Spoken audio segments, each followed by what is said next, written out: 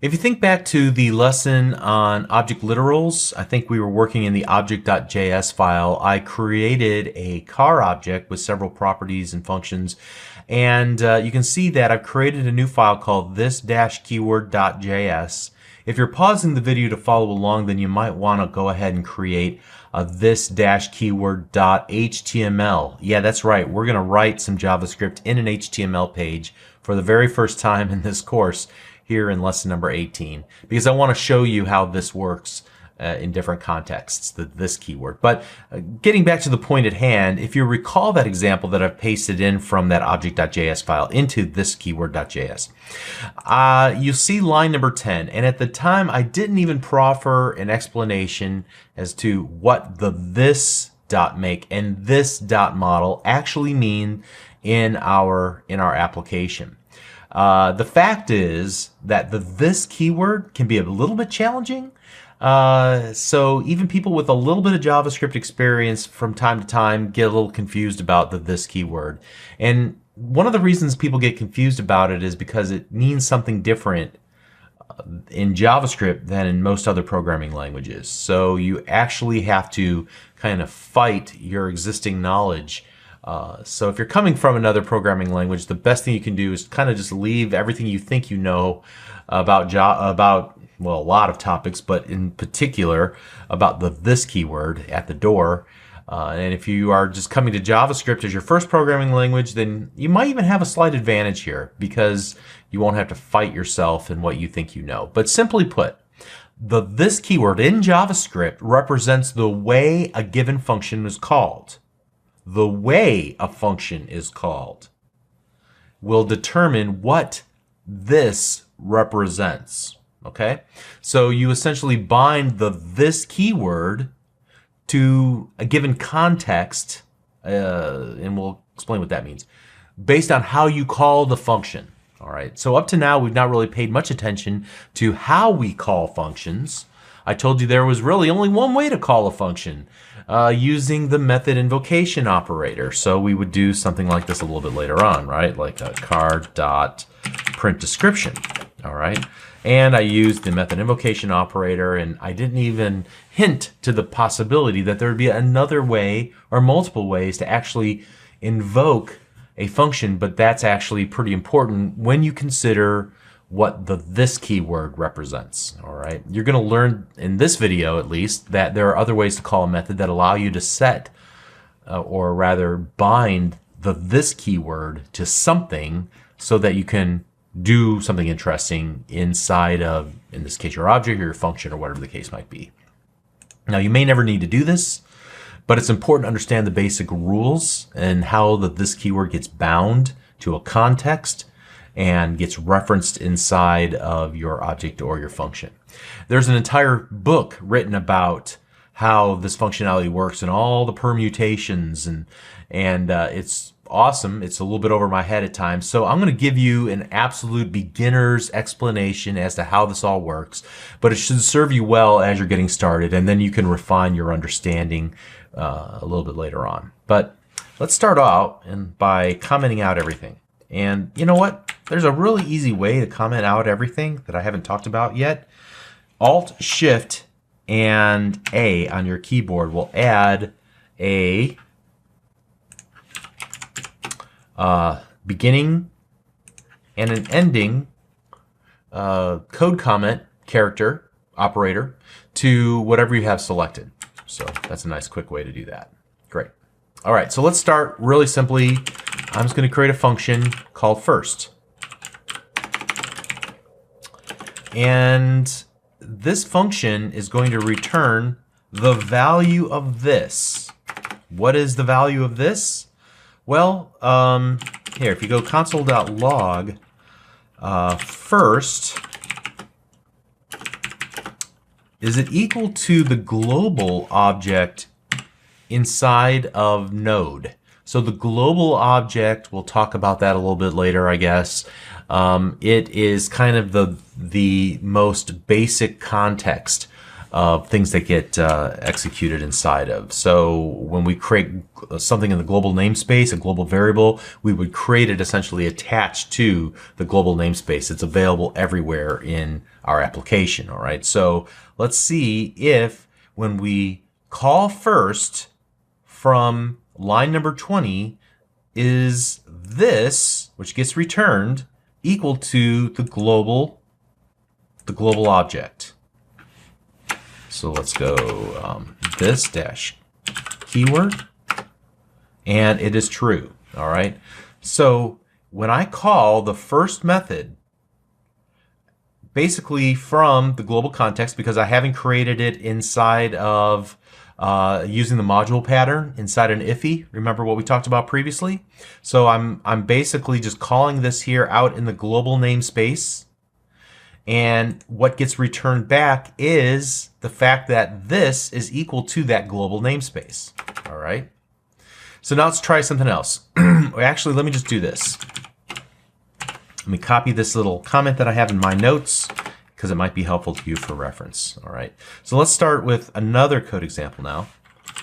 Function second. And the only purpose of this is just to show that there is this little flag called uStrict. There's a strict mode in JavaScript. We're not going to go into it much, but this will change how this keyword is bound. And so if you have uStrict turned on and you try the same thing that we just did here, in fact, let me comment all this out using that Alt-Shift-A technique. And we essentially do the same thing here where we go console.log. And then second equals global. Let's see if we get what we think we're going to get from the first time around. False. All right. Well, I happen to know that it will equal undefined. And that is a true statement. What gets returned from this when we use uStrict is an undefined value. It gets bound to essentially nothing. All right. So just keep that in the back of your mind. The rules around binding the this keyword change depending on the context. In this case, the context is uStrict. It will fundamentally change how it works. All right. So with that out of the way, let's move on to the next example here. Let my object equal, and I'll create a property called value and set that to my object. And then I'm going to use create a global variable called value. And I'm going to set it on the global object by doing this global.value. At this point, I've created a new property on the global object, and I'm going to call this global object. All right. Again, in Node, this has special significance. If you're doing web development, it's actually window, and we'll look at that here in just a little bit. All right. So now let's go function third, and we'll return this dot value, and then we'll do a console.log third. So by default, what do you think will get printed out? Will we print out the value of the global object, which I set to the string global object, or the value of my object, which is set to my object? Well, hopefully, based on what we learned in this first example, you already know where I'm going with this. And because we called third from the global namespace, when we reference this keyword, it's referencing this global variable. So when we grab the value property, it's grabbing the value property of the global variable, thus printing out global object. Let me show you that there are other ways to actually invoke the third function, and we can control the binding of the this keyword like so. So here we're going to console log, and then I'm going to call third, but I'm not going to use the method invocation operator. I'm going to use the call method or the call function of the third function. All right. So it has a built-in method called call, and there I can pass in my object.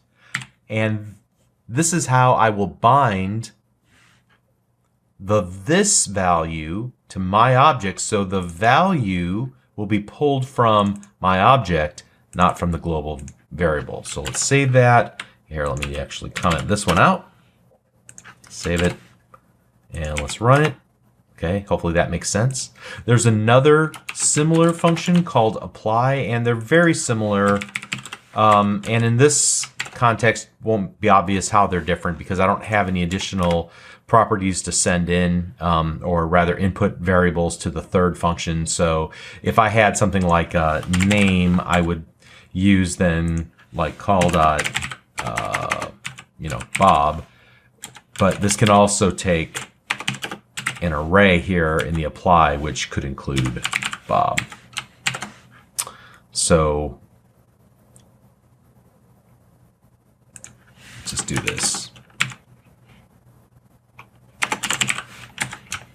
See what we get. I haven't tried this beforehand, so yeah, object Bob. Okay. Now, just out of curiosity, what would happen if we did this? Probably nothing at all. It'd just be blank. Yeah, object undefined. All right, global object with the word undefined next to it. Okay, so hopefully that makes sense, what I just added on there. That's really to illustrate the difference between call and apply. And so if I had multiple input parameters in the call, I would just add them on there. If I had multiples, I could add them on inside of an array. All right, that's the only difference.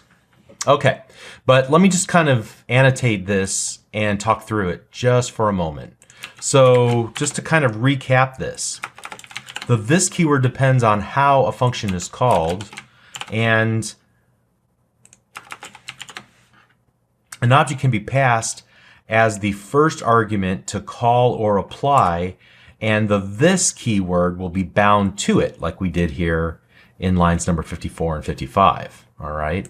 And so just to kind of remind you about this, I'm going to go ahead and say this property is set on the global object, and then kind of works inside of here. This will return something different depending on how we call this method, right? And then I just want to add this little annotation here as well. Both call and apply allow you to explicitly set what you want to represent this, or how we want to bind this. The difference is how the additional arguments are passed in, like I show you here. Okay.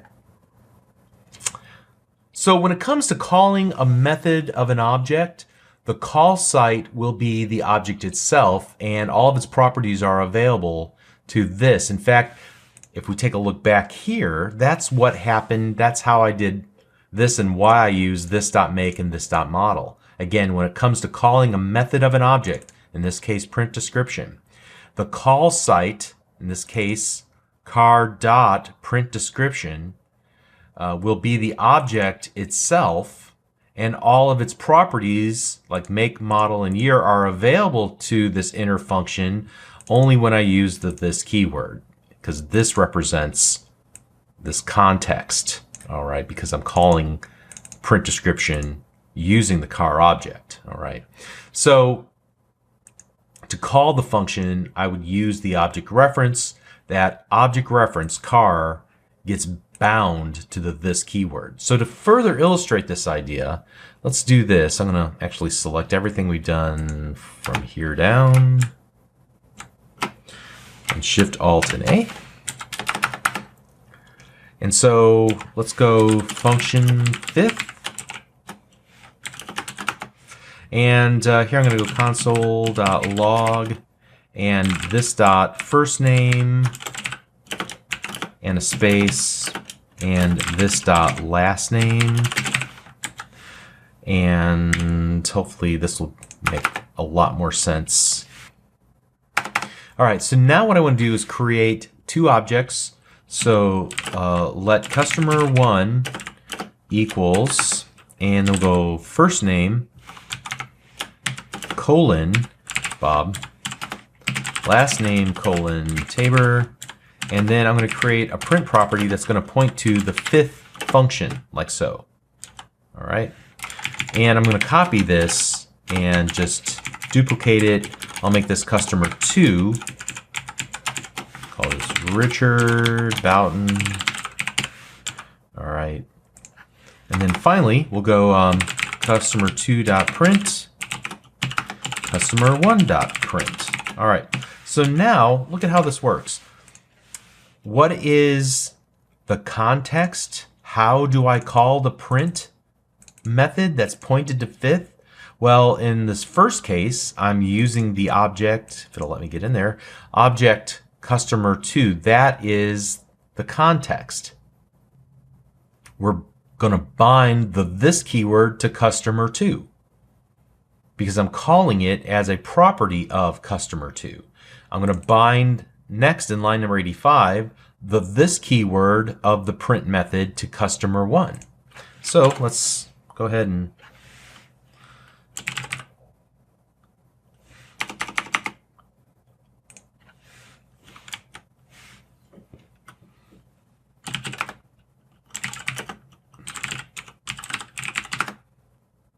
so to me, this example is really interesting because the call site is the object's reference to the function, and the this keyword can be used to reference the various properties of the object that was used to call the function.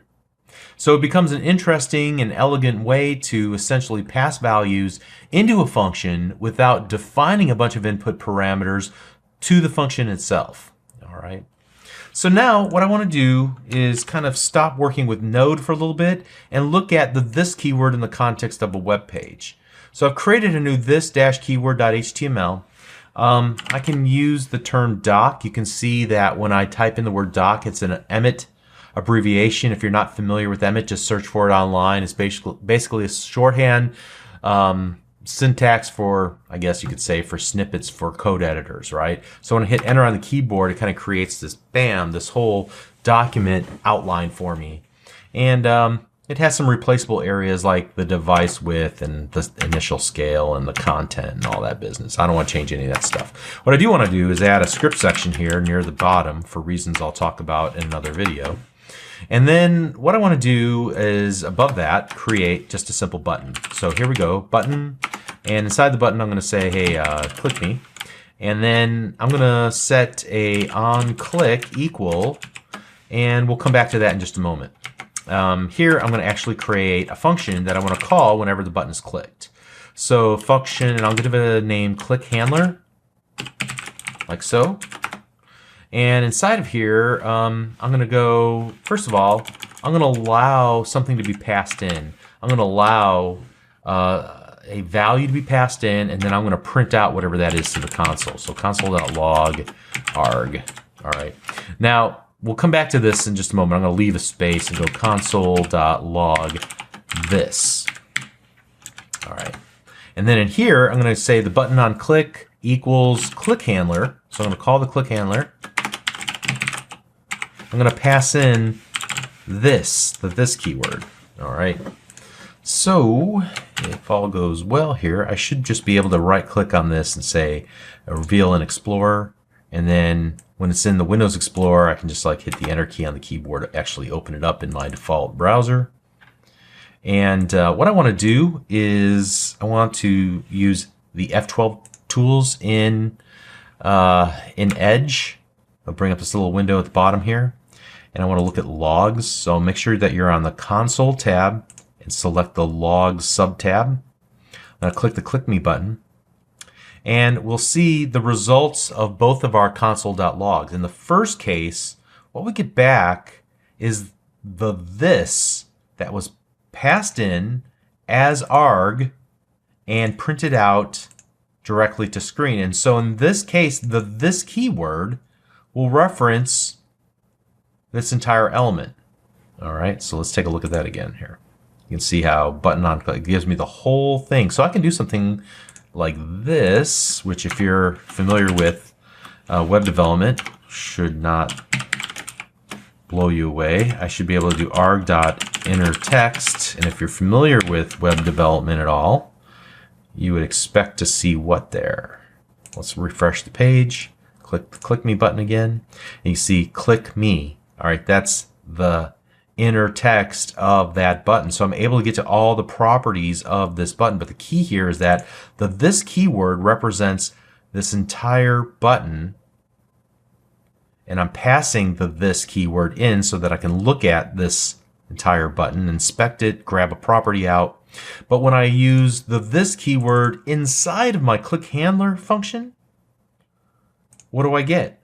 I get the global object. Now we said in Node, the global object, the name of it is global. In a web browser, the global object's name is window. So I can actually just like use this little arrow, this little caret, chevron right next to object window, and it will allow me to view all of the objects, the child objects of the window. And there are literally maybe, if not hundreds, definitely dozens of different objects and properties that we can inspect and change programmatically. We'll come back to some of those ideas a little bit later.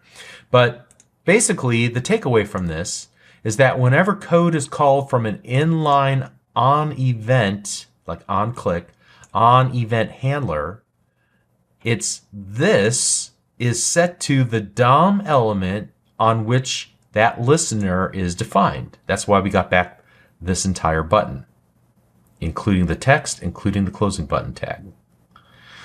But we've not taken any special steps to bind this inside of this function we've defined here, the click handler. So it defaults to the global object, the window object. Okay. So the moral of the story is that what this keyword is bound to is not always obvious. It takes a bit of detective work, more so than the this keyword in other programming languages, but it has to do with how a given function is called and the site from which it is called. So in this case, this keyword is used at the call site is at this element level. In this case, this keyword is used at the global level, all right? And that will change the value of this and what it's bound to. But by default, functions that are called using the method invocation operators alone will use the context in which the call is made. So if the call is made in the global context, then this keyword will be bound to the global object.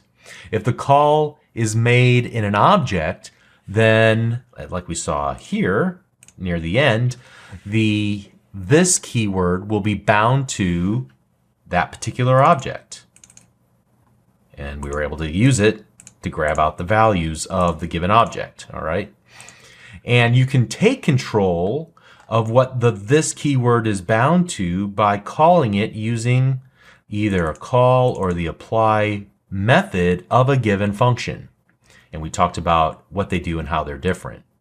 And finally, whenever you use them use this keyword in a browser, once again, what this is bound to depends on how it's being called and who is calling it. All right. So hopefully that clears up what this keyword is. I've given you a lot of examples. I've tried to speak a little bit more slowly, and hopefully you can wrap your mind around what this actually is. And hopefully from this point on, you'll be able to identify what this is in your code. All right. Hopefully that helps. All right. You're doing great. Hang in there. We're getting close to being we're more than halfway done, and you're doing awesome. See you in the next video. Thanks.